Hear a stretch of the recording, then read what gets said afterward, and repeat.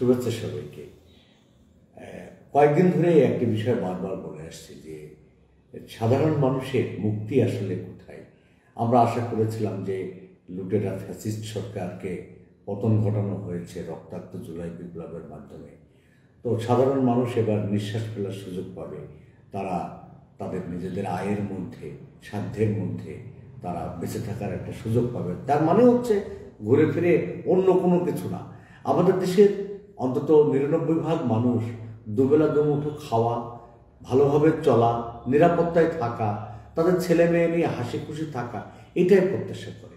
কেউ দেশে বিদেশে বাড়ি গাড়ি করবে, কারো ছেলে মেয়েকে দেশে বিদেশে রেখে পড়াশোনা করাবে, বিদেশের মাটিতে তারা অনেক সহায় সম্পদ করবে, অথবা দেশের মাটিতে তারা বিলাসবহুল জীবনযাপন করবে, এরকম কিছু না।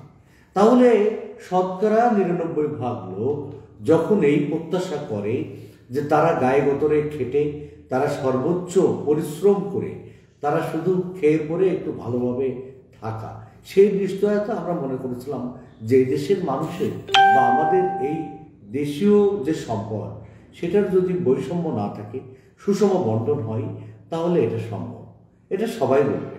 কিন্তু এই সম্পদ যারা লুট করলো, যারা দেশে বিদেশে বিপুল সম্পদের পাহাড় গড়ল, যারা এই যে 15 বছর ধরে একেবারে চোখ বন্ধ করে নগ্নভাবে যারা এই লুটেরা যারা ডাকাতি করলো, তাদের কোনো শাস্তির আওতায় ওইভাবে না এনে, বা সেই লুটের যে সম্পদ সেগুলো দেশে ফেরত না এনে, বা যে টাকাগুলো ১,৯৮,০০০ কোটি টাকা, তাহলে সেই পরিমাণ টাকা দেশে আসলে এখন নতুন করে সাধারণ মানুষের উপরে ট্যাক্স ভ্যাট বসিয়ে সব কিছুর দাম বাড়ানোর কোন যুক্তি?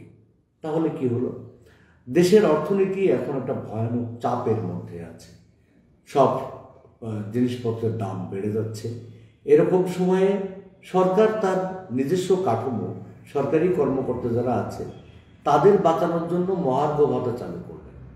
তাদেরকে বেতনের বাইরেও আরও বেশি টাকা দেওয়া শুরু করলেন। কিন্তু আমার শ্রমজীবী মেহনতি মানুষ, কৃষক বা সাধারণ খেটে খাওয়া মানুষ, তারা কি এদেশের নাগরিক না? তাদের এই টাকাটা কে দেবে? তারা ছেলে মেয়ে নিয়ে কীভাবে চলবে?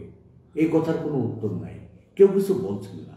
এখন রাজনীতিবিদরা যারা আছেন, তারা সঙ্গত কারণে, এটা যেহেতু রাজনৈতিক কোনো সরকার না বা জবাবদিহিতার জায়গাটা ওই পর্যায়ের না, তারা চেষ্টা করছেন, বলছেন, কিন্তু সিদ্ধান্ত যারা নিচ্ছেন, এই যে বর্তমান যে সরকার, উপদেষ্টা সরকার, এই উপদেষ্টা সরকারের প্রতি যারা দায়িত্বে আছেন, তাদের প্রতি মানুষের প্রত্যাশাটা অনেক বেশি।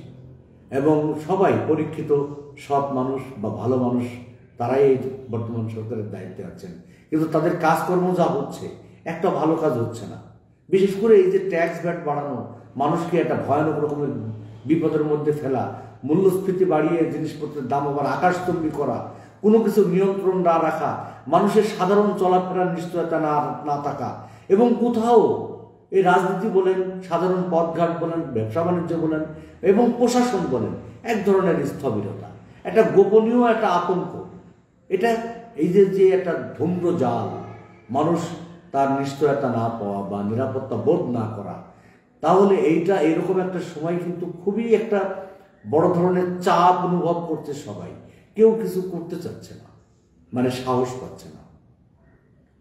এখন যেটা যে কোনোভাবেই হোক, যে বৈশ্বিক এই চাপ মেটানোর জন্য সরকারের যে টাকা দরকার, আমরা খালি চোখে মনে করছি সেই টাকার প্রয়োজনেই সাধারণ মানুষের কাছ থেকে আবার সেই খাবলা মেরে নেওয়ার মতো তাদের উপরে প্রত্যেকটা জিনিসের উপরে ট্যাক্স বাড়িয়ে দেওয়া হচ্ছে। বলা হচ্ছে আন্তর্জাতিক মুদ্রা তহবিল, IMF, তাদের প্রেসক্রিপশন অনুযায়ী এই দেশ চলছে। তারা যে প্রেসক্রিপশনে যে টাকা দিয়েছে, সেই টাকা লুট করেছে কারা? তাদের কাছ থেকে উদ্ধার করা হোক। এটা সাধারণ মানুষের কোনো কাজে লাগেনি। তাহলে সাধারণ মানুষের কাজে লাগেনি যে টাকা, সেই টাকায় আবার তোলার জন্য যদি সাধারণ মানুষের কাছ থেকে আবার নেওয়া হয়, তাহলে ভয়াবহ রকমের একটা অস্থিরতা এবং দেশে এক ভয়াবহ বিপর্যয় নেমে আসবে। আমি আশা করছি, আমি অনুরোধ করছি, যারা এই সিদ্ধান্ত নিয়েছেন, দয়া করে ক্ষান্ত হন। কোনোভাবেই এই অতিরিক্ত ট্যাক্স বাড়িয়ে মানুষকে ভয়াবহ বিপদে ফেলবেন না। সবাই ভালো থাকবেন। ধন্যবাদ সবাইকে।